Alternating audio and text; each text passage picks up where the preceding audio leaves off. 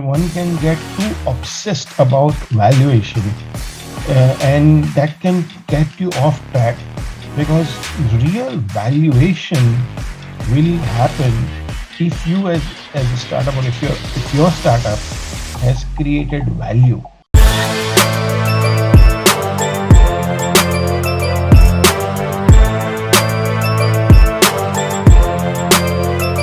Hey guys, this is Avi Arya, father of 2 girls, 6 dogs, husband to a superwoman, a street car racer turned hotelier, now social media marketer and founder of Internet Moguls. Welcome to my channel. I hope you're all doing well. Welcome to another masterclass of the Thursday masterclass, the Internet Moguls of the world. How are you all doing today? In the comments, please. I know we're all going through tough times and challenging times and rough situations. And I know a lot of people are not able to make it for today's call. But for all of you people who chose to, despite everything else, show up, I appreciate your time. I appreciate the effort. Today's special guest is Mr. Sanjay Mehta. And the gentleman is going to grace us with his presence and his knowledge. Sanjay, welcome to the Internet Moguls of the world. Hi, Amjit. How are you? I'm very well. How's everything at your end? All right, managing somehow. Times are tough. One day at a time. Yeah, absolutely. Right. Sanjay, thank you very much. Sanjay, we've known each other from afar, met many years ago. You were one of the first people, I think, in the country to have a digital marketing agency and start. So I believe you have a presentation for us where you want to share your story and share your message. We have entrepreneurs from different parts of India. These are all people who have committed themselves to learning. We have a school called the Internet Moguls of the World School, where Okay. entrepreneurs and their families come and learn how to get known, get leads, and get sales on the internet. And we thought, nobody better than you, who's walked the path and helped thousands of brands in India and overseas do the same. So, Sanjay, I'll leave the stage to you to introduce yourself and share your presentation. Thank you for Okay. everything. All right, sure. So, good evening, everyone. I actually, when I got into conversation with Abhijit's team, what thought that this being a, the students, all of you being entrepreneurs, I thought the best thing that I could share was my story of entrepreneurship. And so the presentation that I have is around there. And of course, specifically to the current work that we mentioned, which is basically digital marketing. It's not being covered in the presentation per se because it's focused more on entrepreneurship. But in the course of the Q&A, if there are any questions on that, I'm happy to take those as well. For now, I have been, I would say what is referred to as a serial entrepreneur. So my first venture, in fact, was from 1998 till 2007, and in the internet business. And this was something called homeindia.com, where we were selling. Actually, we were selling it was an e-commerce site. We were selling Indian products, ethnic Indian products, to customers all around the world. So it was, handicraft, apparel, jewelry, saris, dresses, all those things, Indian stuff being shipped from here to any part of the world in a pure B2C manner, delivered to the doorstep of NRIs and even non-Indians who were interested in Indian products. So that was the business, and actually had a lot of ups and downs. It was way ahead of its times. Imagine 1999 was when we set up an e-commerce front end with full-fledged payment gateway and everything. And much before even Flipkart came into India as well. So you can imagine that it was very early days. So we met with lots of sort of obstacles, and so that journey was what I would refer to as a full-fledged roller coaster journey. There were serious ups and downs, and because of what we went through, in fact, we put together that entire story in the form of a book, and the book is called If I Had to Do It Again. And it's a book which is a summary of all the learnings from that journey, that entrepreneurial journey. And what this talk is going to be, uh, you know, the excerpts from that. I mean, in a sense, the learnings, the nuggets of wisdom from that book is what I'm going to present, because that, in fact, is a journey of entrepreneurship and a lot of learning from there. And it was an internet business, so I suspect a lot of you or all of you are entrepreneurs in the internet businesses. Although this business was 1998 to 2007, some fundamentals do not change. Fundamentals of entrepreneurship do not change. So a lot of that continues to remain valid today as it was in those days. And then, like I said, after I finish, I'm happy to do Q&A where we can handle questions around that, as well as anything you want to ask about digital marketing or anything, etc. So with these words, I'll just try and share my screen. So yeah, this, like I said, this is the book. The book was called If I Had to Do It Again, and I am going to share uh, some nuggets out of that. So um, yeah. So the way we you know we so this is my partner Harish. So Harish and I actually go back a long way. We were classmates in college, and in engineering college, and then we actually went to the US and happened to be at the same university in the US as well. And then after coming back from the US, we spent 10 years in doing different things, and then got back together to start this first venture, which was the venture about which this book is. And so the book is also jointly authored by the two of us, and we call it Wisdom in Hindsight, because this book was written at the end of that journey after the homemedia.com story was complete for us. It was over. So we were looking back in the form of wisdom in hindsight and the learnings from that startup journey, which was of 9 years. So the nuggets, wisdom nuggets or entrepreneurship related nuggets, essentially are in four key areas. The areas are, of course, entrepreneurship to begin with. Management, I mean, whether you're an entrepreneur or a manager in there, you definitely need to build out your venture, your business, and so management is the key.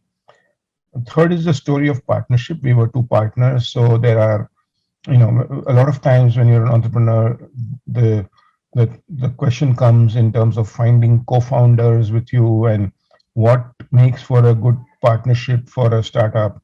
Those sorts of things. So the nuggets include, values around partnership, and beyond that, there are startup stories, some interesting anecdotes in the journey of that entrepreneurship. So that's what the book is about. So I'm going to give you 10 wisdom nuggets one at a time, and it's an attempt to condense the value of the book in this short period of time that I am right now on this panel.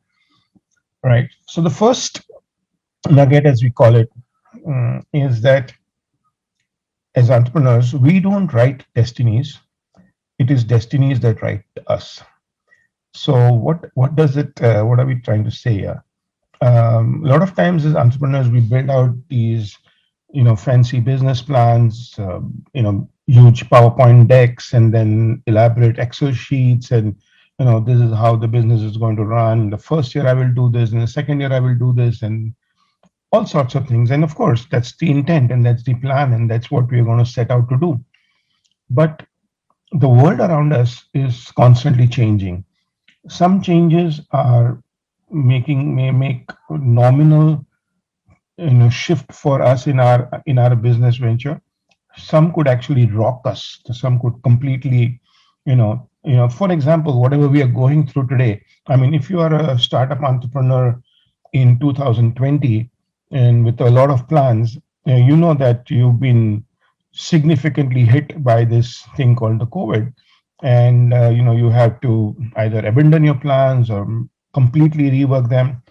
Now, COVID may have been like a really, really rare black swan kind of an event, but there are many other phenomena which can happen in around your business, in your industry, that can take you by surprise. Sometimes it's a pleasant surprise. Sometimes for no doing of yours, suddenly you find yourself in a huge opportunity, or you find yourself in a huge challenge. So that's what is how an entrepreneurship journey actually spells out.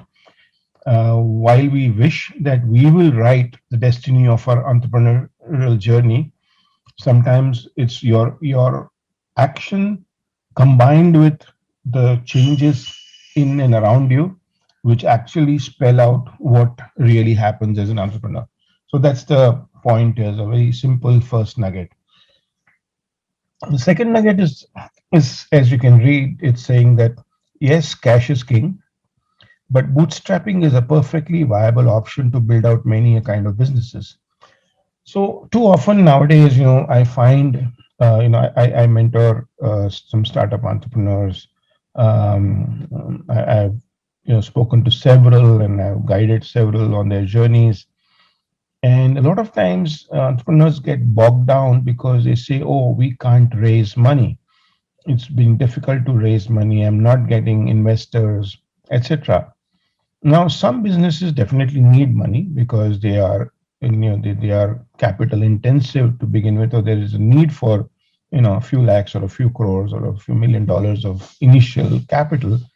And where, of course, if you don't have that kind of capital, then maybe it's a non-starter. But there are so many businesses, and especially, you're in the internet world, you're in the internet mogul school. A lot of internet businesses do not necessarily need a lot of cash, right? And if it needs a certain amount of money, there is a way to what is known as bootstrap the business. So, you do from your own resources, earn a little money, put it back into the business, and continue to kind of scale with your own money, reach a certain size and scale, make it respectable, where investors want to invest in you because you've shown a great proof of concept, you build up to a certain level. So the point simply is that don't get bogged down because you don't have money or you couldn't raise money. Be if anything, an entrepreneur needs to be thinking out of the box and think that how can I manage? Okay, money is scarce, but I have an opportunity. How can I still manage, right? And that's where bootstrapping comes in. The next nugget is, as it says, is that find a problem to solve. Focus on building value. Valuation will be built as a consequence. Okay. Now this is again a problem of the times where you see every other day you open a business newspaper and you see, oh, so and so startup has become a unicorn. It's like unicorn like attained $1 billion valuation, and some other startup has raised $100 million of investor money, and at this valuation, that valuation, and you might be a startup which is just off the blocks, or you might be in your first couple of years, and there is all this peer pressure of valuation that, oh, how much is my startup valued? And one can get too obsessed about valuation, and that can get you off track, because real valuation will happen if you as a startup, or if your startup has created value. So you create value for your customers, you create value in the business, valuation will follow. So focus on creating value rather than being obsessed with valuation. Valuation will follow value and not the other way around. And to do that, typically, whatever is your business, is it solving a real problem? Or is it helping your customers to do something better, faster, cheaper? There has to be a real genuine problem to solve. It's not about, oh, this is doing so great in the US, I'll make a copy of it. Maybe it's not relevant here. Maybe Indians have a different problem or different set of circumstances where it's not relevant. So figure out really what's the problem that you're trying to solve. Ensure that you focus on that and build value on that, and valuation will follow after that. Okay. And the next nugget is that uh, a startup is like a mission, and in a mission, you need missionaries. So whether it's a partner, an investor, your core team, it is important that you ensure that you're working with the right people. Okay, so okay, let's understand what the meaning of this. Uh, a mission, or you've heard of missionaries, the Christian missionaries who used to who came to India, and they had the whole focus was to spread Christianity and all that. That's the stories we have heard. Now, what are the people who work in these missions? They are significantly like passionate and obsessed by the purpose of that mission, and they are willing to do whatever it takes to accomplish that mission. And that's why they are called missionaries. These are not, so if it's an organization, these are not the kind of people who come and work for a paycheck at the end of the month. They are not here to say, oh, I'm going to do my 9 to 5 and get a paycheck and go. A missionary is somebody who says that, okay, this is the journey we are on. What can I do to make that happen? So it's a different set of values, a different set of personal involvement, dedication, everything. And and a startup needs that, because in when you're early stage, you have few people, and the few people have to do everything. So if it's a question of changing the bulb in your office, or clearing up some mess, or writing code for creating some database or something, it's the same person, the same persons who have to do everything. You don't say, oh, I need this, I need that, right? So it's, if somebody comes from a corporate and is looking to have all the so to say material pleasures, and I need this, I need that, then he or she is probably in the wrong place in a startup. So now, why is it important that building the right team who think alike, at least on these kinds of issues, is critical? Because if you are the wrong people, you will not move forward.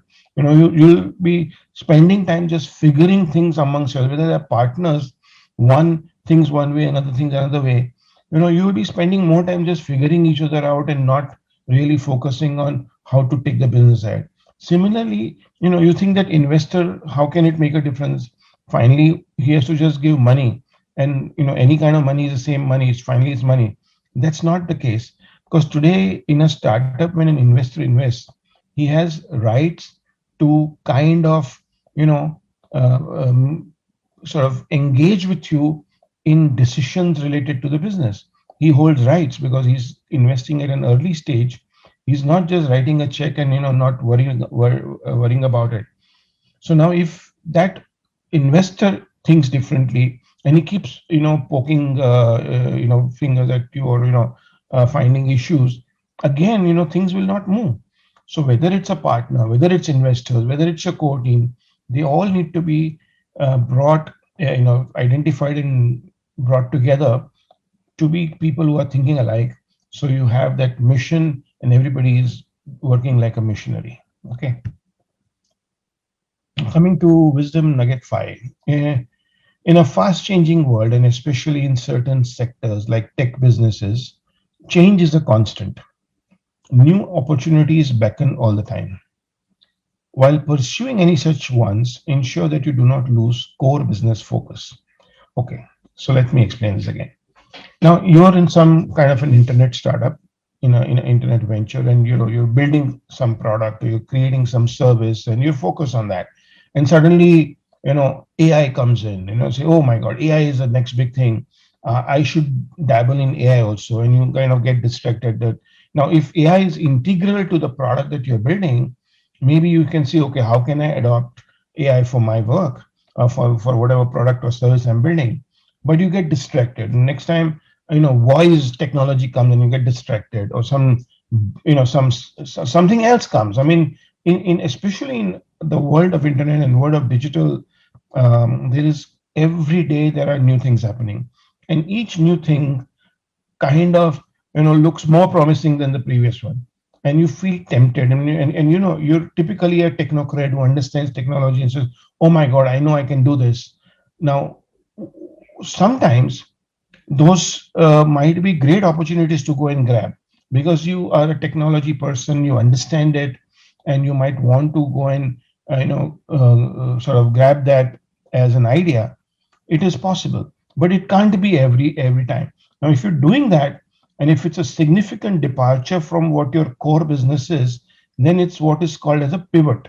You're pivoting your business to completely something different, and pivots are very critically, they need to be done with a lot of thought and care, because you're kind of giving up what you were working on, what you're building, right? So are you really sure that you want to give up this and completely go in a different direction? And if it's not a pivot, then you don't get constantly distracted by things which are going on around you. See if whatever you're pursuing continues to have relevance, continues to have value, then make sure that you do not get defocused from there.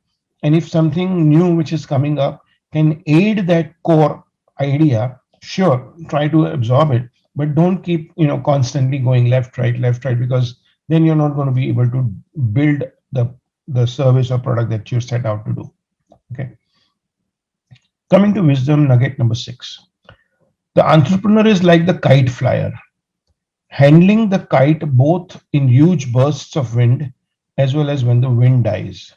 It is important to not let the kite run away when the wind is strong, and also important to tug away hard and keep the kite afloat when the wind has died. I hope that all of you have flown kites in your life, because if you've done so, you know exactly what I'm talking about, right? That there are times when you're flying a kite and the wind is so strong that it can just take the kite even without too much effort. And sometimes the wind is so bad that you constantly tug away, and then otherwise, your kite's going to keep coming down. Now, entrepreneurship is a mix of both. When sometimes you have huge, momentum behind you, and the kite can be going far and fast. Now, at such times, why do you need to be conscious that, so for example, if you have got tremendous opportunity in your work, you go ahead and pick up business left, right, and center, because people are willing to give you business. So supposing you're offering a service and say, okay, do mine, and you kind of keep picking up business, and then you suddenly realize that you do not have the capacity to do all that. You do not have people, or you do not have money, or you do not have office space, and you have gone ahead and committed, a lot of things to your clients, and now you're struggling. And then you're spoiling your brand, you're spoiling your company name, and you get into a problem. So if the momentum was there, the opportunities were there, the way to maneuver there is that, okay, I have a lot of opportunities. What do I need? I need to increase my staff strength, or I need to get some capital quickly from the bank or wherever, so that when I pick up the business, I have the capacity to handle that. So that's when the momentum is hard. And then there are tough times. There are times when, like when the kite wind dies and you have to hold on, you have to struggle. So those are tough times. Like for example, if you were in a business and which is affected in the COVID, it's a tough time. Then what do? Focus again, see how you can hold things together, how you can sort of get the business to survive. Because if the business survives, there is always going to be another day when things pick up again. But if you don't focus, you don't do the hard work, then there's a risk that you actually destroy the business. So that's the thing that an entrepreneur has to navigate both ends. The next nugget, number 7, is that your top resources are what keep you going. And yet sometimes when the business is under pressure and you have to cut costs, you are tempted to let them go. And that could be a wrong decision, right? So especially I'm talking about knowledge businesses, like maybe most of ours are, which are dependent on having some really good, strong people. Maybe your technical architect, or maybe your best salesperson, or whatever is the relevant key people in your organization. Now they are the ones who actually make the business happen. And however, they may be your most expensive people, because they are worth that money. Now times are tough. when you figure out how to hold your business together, the first temptation is that I have to cut costs. What is the most expensive person? And you let them go. As soon as you do that, and when things improve, now you don't have anybody who's that sharp to bring that business back because you let the best people go. So if there are times of pressure, can you find a different way to handle? Can you maybe work something out with those people that I'll pay you half the salary for these 3 months. As soon as things pick up, I'll compensate you back. But let's be together or find some other way, something or the other. But letting go of your best people is a surefire way to kind of commit suicide for your business. The next wisdom nugget is that the devil is in the detail. An efficient supply chain, a smarter management of resources are the kind of measures that might see the profit needle move significantly beyond just chasing new sales. Okay. Now, this is important, especially again in internet businesses and all, where the you're seeing around you your competition and your other businesses in the space are raising a lot of money and just going out and finding a way to acquire new customers through advertising, through discounts and whatever.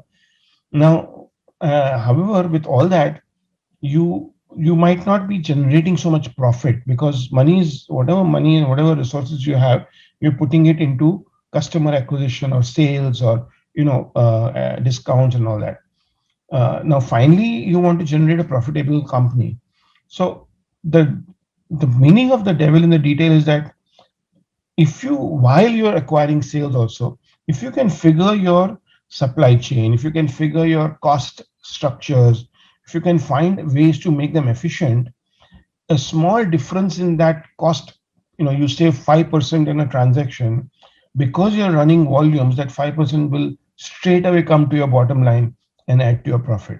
So being able to do that from time to time allows you to sort of make your business efficient and valuable. So sometimes you lose sight of it because your focus is on sales, bring more sales, whereas the back end, the whole operation has not been made efficient. So focus on the operation as well.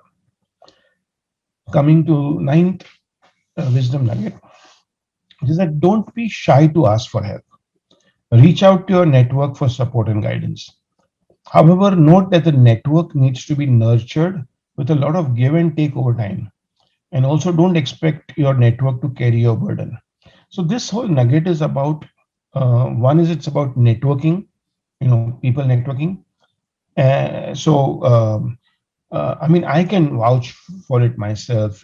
I've been in business now for more than 30 years. That for me, at various points of time in life, I have been able to reach out to a network, ask for help, and get help. And I have done that multiple times. Okay, because it's like when you're hitting a some kind of a roadblock, it may not be easy for you to simply find an answer in a book or in some guide. It needs to be responded by somebody who has been there, done that, somebody who has that experience of similar kind or some such unique value, and that can be available in the network.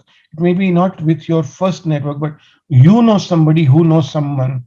So you pick up a phone or go and reach out and say, hey, you have this friend, I really need to meet him for half an hour because I have a problem which I think he may be able to guide me on, and like that. So don't be shy. I think a lot of times I've seen entrepreneurs hesitate. Look, if you are going to be hesitating, if you're going to be shy, then it's like I'm sorry to be very blunt about this. Maybe entrepreneurship is not for you. Because that's the last thing you can afford to be. You have to be bold enough to ask. You have to be bold enough to not worry when somebody does not help you and slams the door in your face. Doesn't matter, knock the next door. That's it. You just have to ask, and somewhere some doors will open, and you'll get the help. So first is to not be shy, and second is about networking, right? Your networking is not about, oh, I go to LinkedIn and connect with somebody, and then next thing is I ask him for help. Doesn't work that way. Networking is a lot of give and take. You nurture a network, you become friends, you help each other, you help first, then ask. That's how it works. And it has to be developed over time. It has to be not opportunistic. It's not networking that, okay, today I need some help from Avi, so today I become his friend and then immediately ask him for help. Doesn't work. It has to be multiple months or years of becoming a friend, and then I feel confident that now we have such a comfort with each other. I can say, Avi, can you help me on this? It's like that. And the last thing is, just because you have a network or you have a friend who knows something, doesn't mean that you go and dump your problems in his lap. Okay, so it's not like he or she's going to carry your burden. It's going to just give you directions. The person will say, okay, why don't you try this? Maybe you can do that. Expecting that that person, because you're networking and you know each other, that they will just take it on and you have to be again free of that burden. No, that's not likely to happen. Okay, so that's the wisdom nugget number 9. And then comes the last wisdom nugget, which is that risks are an integral part of entrepreneurship. Yet it is not about jumping into the fire with eyes closed. Assess the worst case scenario of risk, be prepared for that at a fundamental level, and then plunge in and then try to make the best case happen. Okay. So it is said that, as you build organization and as you become bigger, in fact, your risk taking ability or your risk appetite should go down because the stakes become higher.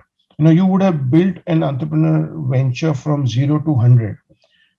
Now you built it to 100. Now you can't wager that whole 100 into a risk that will destroy all 100, right? Because if something goes wrong, then all that hard work is gone, right? So at an early stage, maybe you take a risk and because you have little to lose. But as you grow, you build something, and any foolhardy risk can destroy it all, and you're back to square one. You don't want to do that. So that's the one. But the other thing is that, so you're at some crossroad. You have two choices. One has a little risk, one has more risk, one has less risk. But this one can give you a much better opportunity, or rather benefit as well. So you assess that risk, that okay, here is the situation. If something goes wrong, terribly wrong, what is the worst that can happen? Okay, the worst that can happen is that I can have this problem. Okay, so that is not going to destroy my organization. I will lose 20% of my value, but that's the worst. Hopefully, it doesn't happen.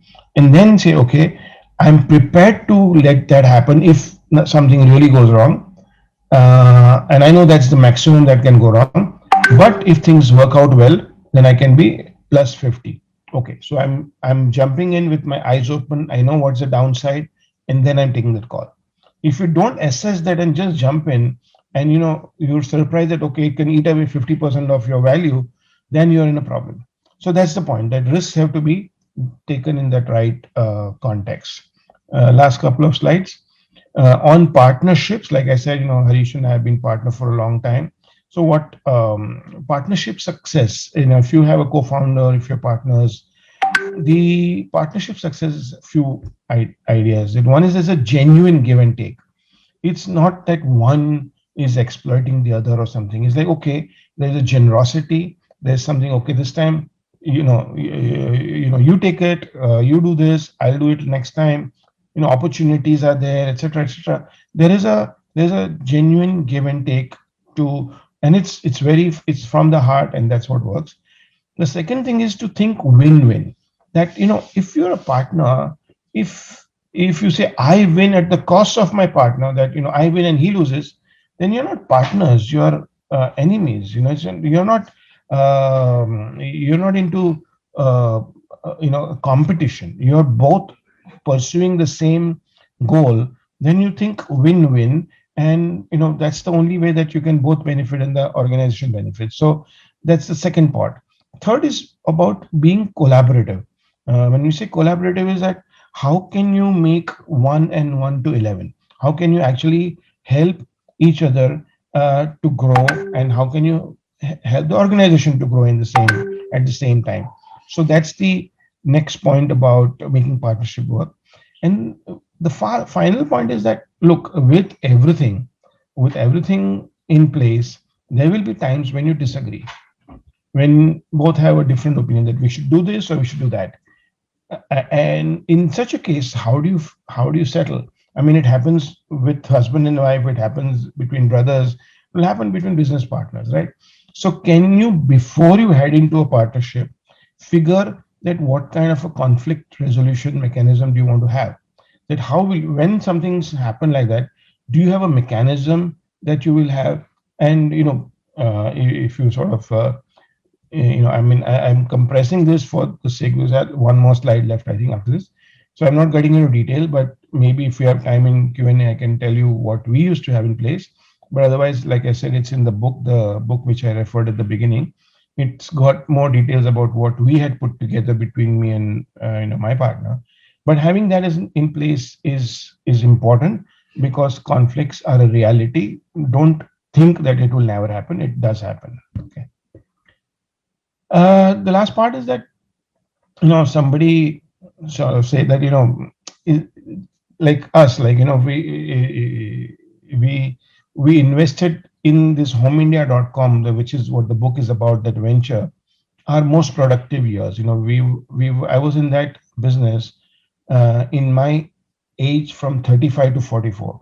That's the kind of time of your life where you would want to make the maximum impact to your personal growth in terms of your capital base building, and generating the most bang for your time in that period. And we invested those in Home India. There was a huge promise, but as it turned out, at the end of the day, the result was not that great. I mean, the book is written about, if I had to do it again, because it's a book of entrepreneurship where a lot of hard work, sweat, and toil went, but the end game was elusive. We did not get the kind of returns or rewards that we were expecting or hoping, and sort of we feel that we deserved, but various reasons it didn't work. So that happened, right? So then what do you say? Okay, I lost my big time. So after that, for 2 years, roughly 2 years, both of us went and took up a corporate job, and started getting a nice salary check at the end of every month, which was not something which was happening as entrepreneurs. So what do you think, that okay, finally after the big 9 years of hard work, we finally have a corporate job and we are getting a nice salary. We should, use that opportunity and run it for several years and make sure we have a good balance in the bank to take care of our life. But what? In our case, we couldn't even last there for 2 full years. In about 21 months, we said, no, we don't want to do that. We'll go back to entrepreneurship. And that's when we started our next venture, which is what we are currently, which is what we referred in the beginning. And so then someone would say that, like, heck, like what got into you, because you had not built your sort of, retirement puji bole na, and you still chucked it all and became an entrepreneur again. So maybe there's a DNA running inside us which is saying that you got to be an entrepreneur. And somebody, like, looking back, I feel that I took such a risk. What if this second venture had also gone wrong? I mean, it would have been 45, 46, 47 years. It would have been really hard to start afresh and build capital at that age. So when I look back, I think that what was I smoking in those days to have gone and ventured into a second venture after a tough first one. But anyway, it turned out better this time. So this is the final slide. So for every brilliant entrepreneurial story that you hear, there are a few thousand that will fail in spite of everything. Now, if you end up that you are in that kind of situation where you can't continue, it's like an end of the road for your venture. The one thing you need to try and do is to ensure a dignified exit. It dignified for you, your family, your team, your partners. And that's a great investment for your personal goodwill. And I'll tell you our story. At Home India, it was like this. After a lot of work and hard work, we had no choice left but to sort of call it a day. And we made sure, even in those tough times, that every employee was paid his full dues, every vendor was paid his full dues, rents were paid, everything was paid. We went and spoke to our investors, and they realized that we had done everything. For us, it was just a matter of timing. We were a little ahead of time from e-commerce to became a big story. So much so that that dignified exit really helped when we started the next venture. All of our investors' money in the first venture in homeindia.com had kind of gone to nothing. I mean, these were venture money. They did not get anything out of it. We started our next venture, which is my current venture. In a year or so, we said, now we need to raise money. And where do we go? We went to the same investors who had invested in our first venture and not earned anything.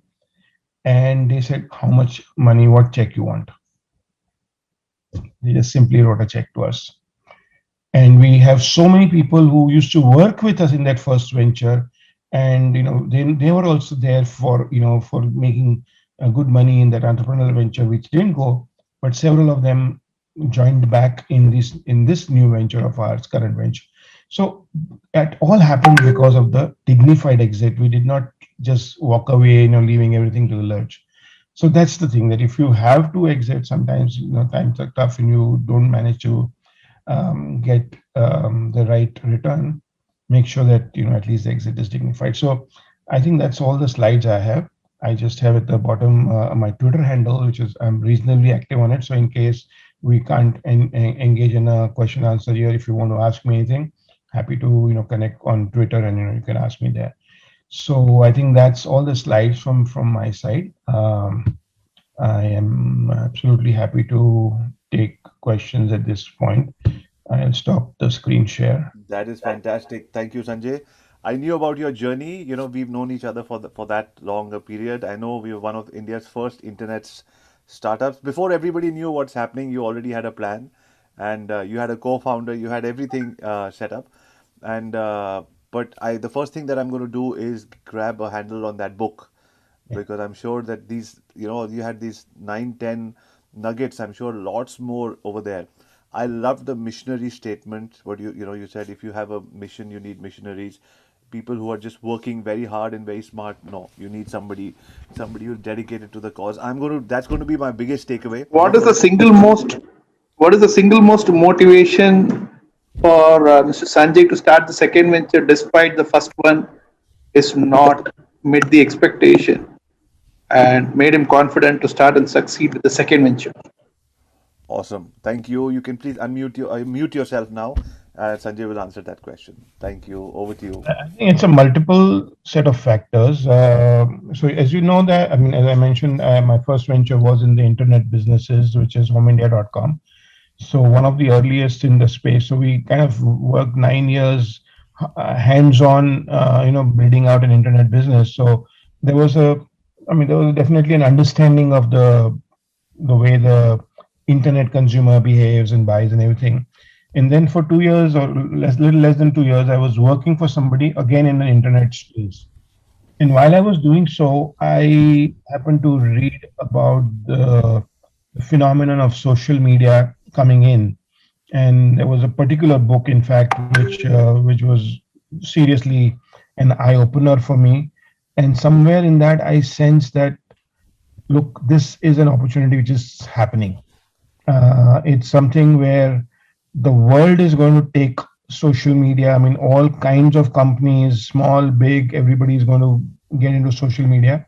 And it's not something that will come intuitively to them, because it's a new phenomenon and they will need help. And this looks like a great business to go and be an agency to help them navigate through social media. It just seemed extremely compelling. So that was, of course, from a business opportunity perspective. And the other part is, maybe, like I mentioned, that there is a certain entrepreneurship DNA. That 1.5 or less than 2 years is the only 2 years of my life that I have worked for any other boss than myself, pretty much. My first 10 years were in a family business where, again, maybe my father was my boss, but it was a family business. And then that after Home India, this 1.5 years or so where I actually was a professional. And so maybe it's just that you want to run your own sort of venture and do things as you feel like. You don't want a boss to tell you कि ये करो ये नहीं करो type of thing. So it's a combination of the two. One is to see a real opportunity, and other is that at the core, one is an entrepreneur. One wanted to come back. I mean, it was a big risk. If things had not gone well, I mean, I might have had a different story. thankfully, this one we were in the right place at the right time. Lovely. Thank you. Definitely resonate with my dad as my first boss story. I call him in every morning. I speak to him about something or the other, and he's always willing to reclaim that role of being a boss. And I have to keep reminding him that you're a mentor and a guide. I called you for that. Excellent. Mr. Prabhakar, you had a question, sir? Yeah, you started the wisdom number one saying we don't write destinies, destinies write us. Does it mean you start with a question mark in your mind whether I'm destined to succeed or not? I think that was not the point. The point was, I think the point was made in the context that if you're getting extremely obsessed about the way you've written out your business plan and expect everything to go, one after the other in that way, that may not quite pan out. I mean, the point was that, not anything else, and that it's not like, you don't start with a plan or you have a lot of question marks. The question is that you need to adapt because things change. Destinies means suddenly, supposing you were in 2020 and you were in education technology, ed tech, right? And suddenly it became like your market opportunity became 10x, which Right. you have done nothing. Is the COVID comes and the market opportunity becomes 10x, right? Now you might have written a plan which called for incremental growth at 20% per annum or something, and now you are suddenly in the middle of a 10x opportunity. So you deal with it. You find it. So that's a destiny, right? You didn't do anything, but the destiny creates an opportunity for you to potentially go 10x times. So that's the point that react. There is a plan, but respond to the changes which happen around you, and constantly figure how you can write them well. That was the point. That's fantastic. Okay, So thank you. when you do depend on destiny, depend on the destiny giving you wild cards. But I love it. So you're saying it may not be A B C D. For you, it might be A C D B A. For somebody else, it may be B C B D A. And great. So chips may fall wherever they may. Awesome. Yes, Priya, over to you. Good evening, and Mrs. Sanjay, it was a very good session because all of us are entrepreneurs, and I also have a very similar background where I guess business is in my blood. Though I've worked for a lot of years, but I could never get used to a boss telling me what to do, and that's why I always used to have, lock horns with my boss all the time because I always thought I was the boss. So those clashes do happen in your mind. So I wanted to ask you, if I were to approach an investor, what are the three key things I should keep in mind or be prepared, when I go and approach an investor? I think from the investor, what they are seeing, right? Generally speaking, and every investor has a different perspective. The one part is they first definitely see the entrepreneur, the founder. I mean, it starts there. I mean that like everything about it. Like one is that how passionate you are about the idea, how strongly you feel about it, how confident you are, and how sort of what kind of logical way you have to defend your idea as much as possible. In he may if I'm an investor sitting in front of you, it's not that I agree with everything you say, but the fact that you have thought your way through. So that's the first part, like how committed, how passionate. Supposing I throw you a question as an investor and you say, okay, shayad aisa bhi kar, I mean, maybe we'll do this. So that means I know that you are not confident and you are willing to go whichever way. So anyway, in many ways, that's the one part, that what's the confidence in the entrepreneur and their passion and everything. Besides that, I mean, once that is taken care, is the business idea and the scale and size of the opportunity. Depends on what investor. I mean, if it's a business which is going to go from 10 lakhs to 2 crores, it's a different kind of an investor mindset versus an opportunity which can be a unicorn opportunity or whatever. I mean, 500 million, whatever. Now, the guys who look at that big scale opportunity, they want to see what's the scale that can possibly happen. And the last thing is, what is the kind of exit? So, I mean, I was speaking to one really smart investor who's had a lot of success. He says, when a project comes to me, one of the things I see is that who will buy this if this business becomes big. Is there a buyer for that business? Because if there's a buyer, then only I will get my exit if I were to invest in it. So if it comes out that this is a business where the only buyer could be Google.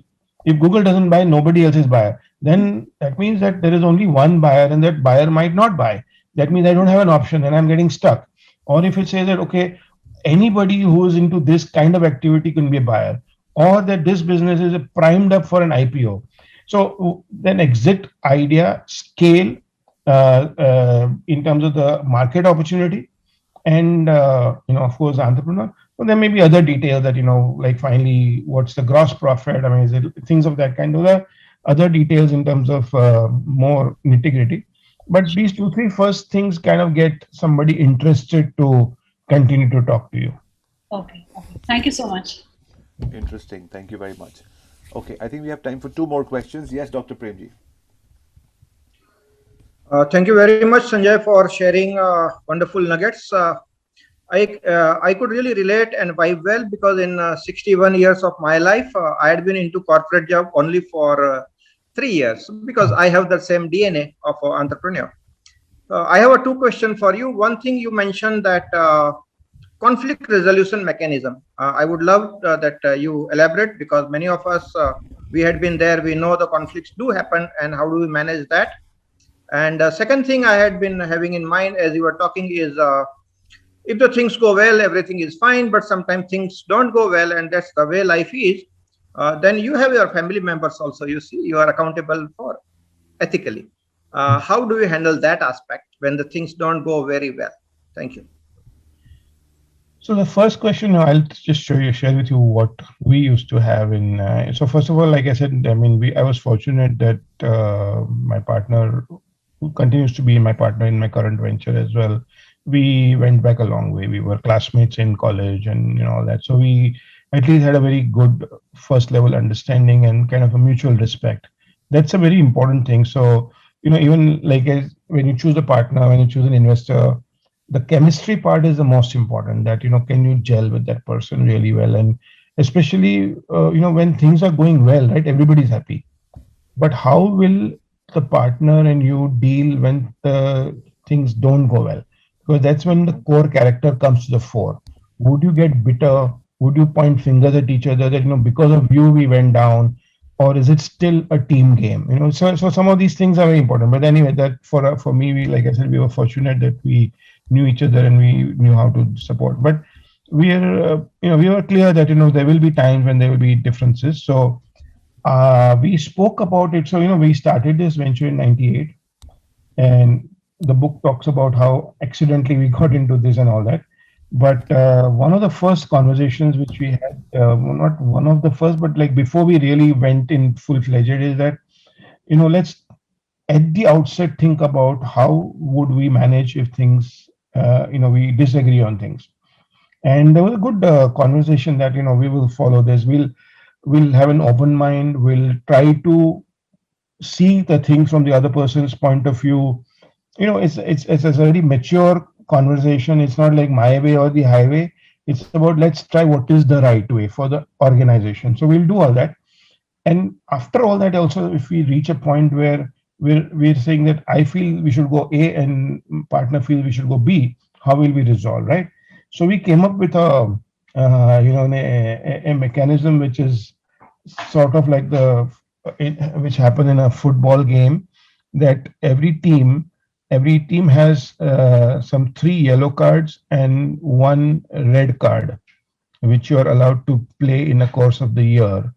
A yellow card is where, if there's a disagreement, I play my yellow card, which I say that, I didn't agree to this, but I am okay to let you go with your way. Let's see how it goes. So it's like, I'm giving a certain, in a kind of a healthy protest that it's not to my agreement, but let's go with your. I feel strongly enough about that. I don't want to block it, but I still feel that it's not the right thing. And then I don't remember the nitty-gritty because we don't have this anymore. Now we are beyond that. We have a good intuitive mechanism, but we had, I think, 3 yellow cards and 3 red cards or something else. So red card is where it's like a veto. कि यार ये नहीं होना. So the point is that you have limited numbers, so you won't block everything, because you have three cards. It's like how you have your DRS in a cricket match. You have limited number to use, so you'll use it carefully, and you'll use it only for those which you actually very strongly feel about, because you're using up your chances.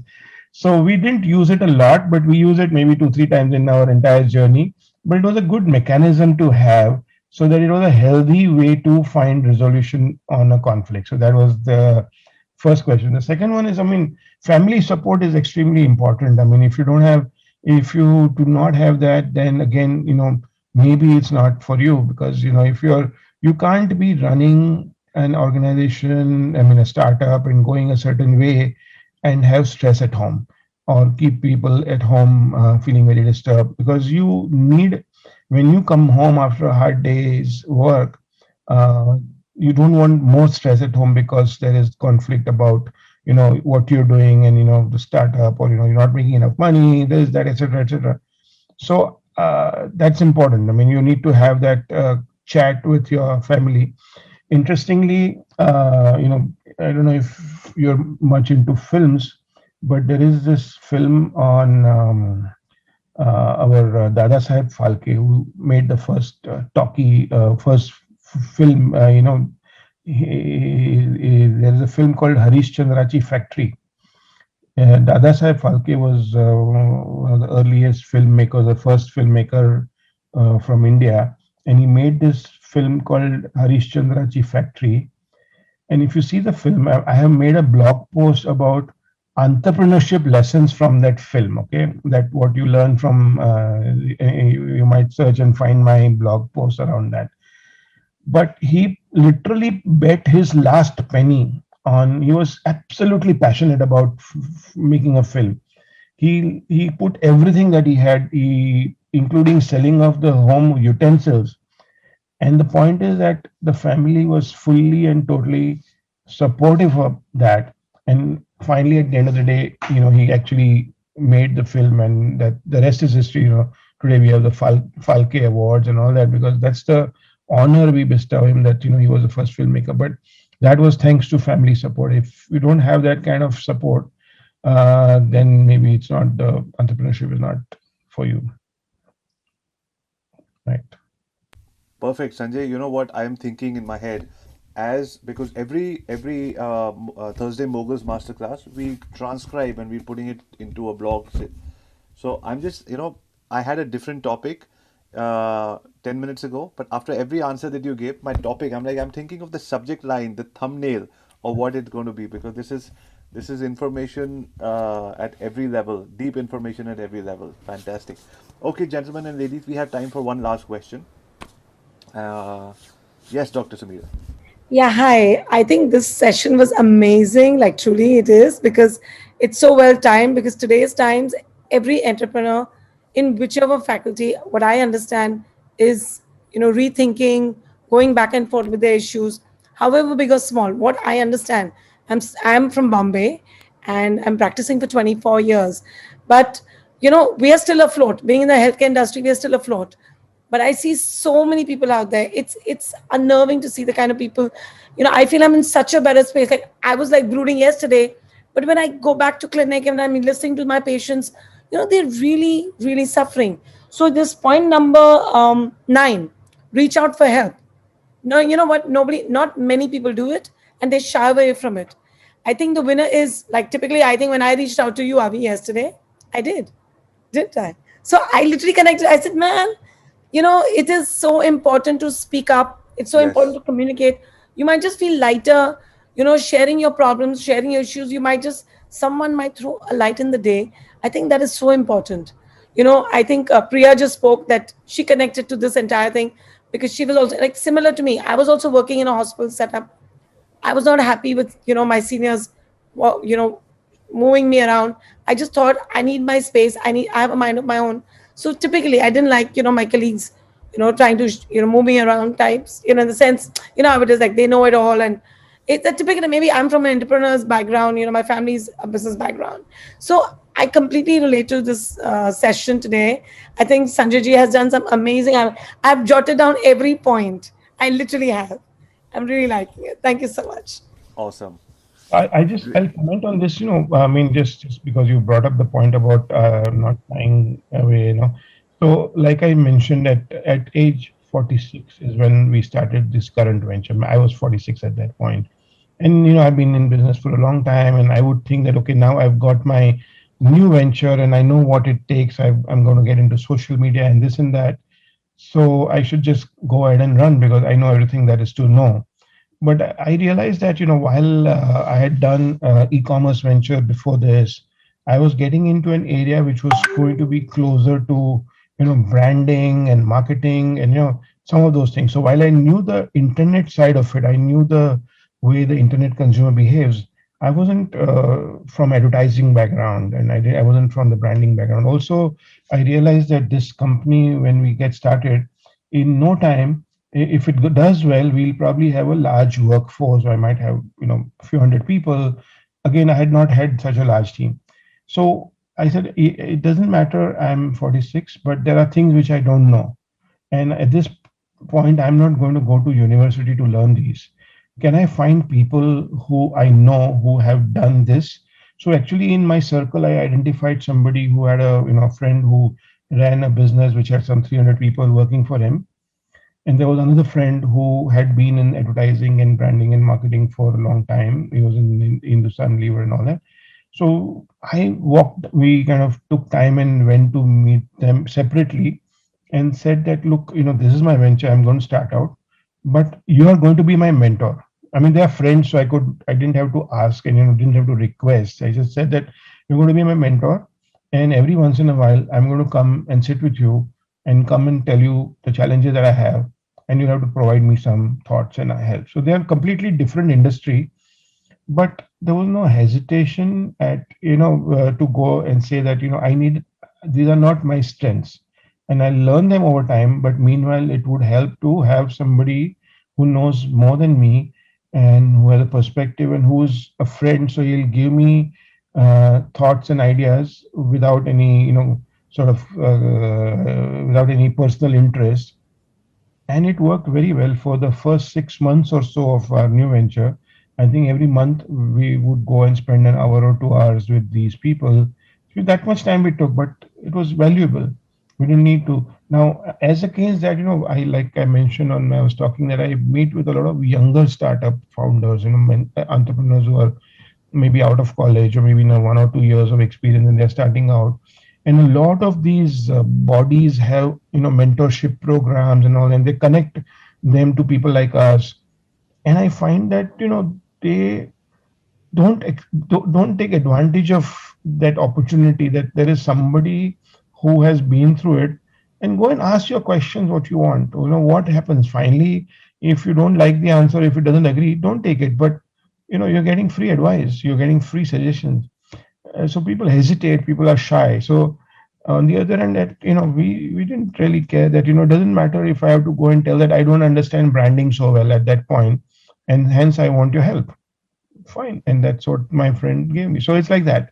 You at whatever point of time, it's not like you're too old to have a mentor. It's nothing like that. You can have a mentor at whatever age you are, because there are areas of specific areas that you don't get, and you know somebody who gets them better. So why not reach out and ask help? Fantastic. Thank you so much. Okay, we've run out of time for our questions, but we'll take one extra question from Priya. After this, we're going to call it a session. Yes, Priya. Thanks, Avi. So 2, 3 things like what Sanjay was talking about, reaching out to people. So I'm so glad that you made us these buddy partners and buddy groups. I think I could absolutely relate to that. That we can reach out to, from you to everybody else. We can reach out, whenever we have the need to. So Sanjay, I wanted to ask you, when you started your venture, was it around the same time as Burlington's? Because Burlington's was also the first. They were also, like early in their startup as a business in e-commerce business, catalog selling. So was it around the same time? I don't think so. I mean, I don't remember them being around at that time. So maybe it was not around the same time. So when we started, we did our e-commerce startup. The first transaction on our website on homeindia.com must have happened in early 1999. I don't think there were too many people doing e-commerce at that time. We used to have rediff.com and we used to have indiaworld.com and samachar.com. Those are some of the popular sites that time, but they were all either news sites, entertainment sites, or things like that. We were probably one of the earliest in the e-commerce space in that time. Yeah, so I guess Burlington's was before you guys also, but they were into catalog selling. They started as catalog selling. Yeah, it was probably a catalog. Yeah, I remember now, but it was not on the internet.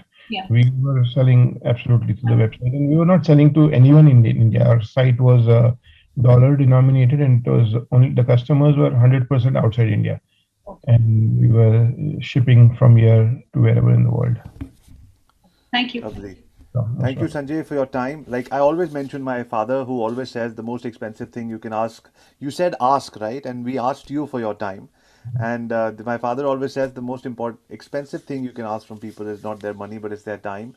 So thank you, Sanjay, for giving us your time. Every single lesson out of those 9 lessons was extremely valuable. The first thing I'm doing is getting that book, and I suggest all of you people should get that book as well. I'm going to put the Amazon link for all of you people in the description. Thank you very much, Sanjay. Thank you for your time. I look forward to staying in touch, and as we are all building our entrepreneurial ventures, anything that we can do for you, feel free to reach out at any given time.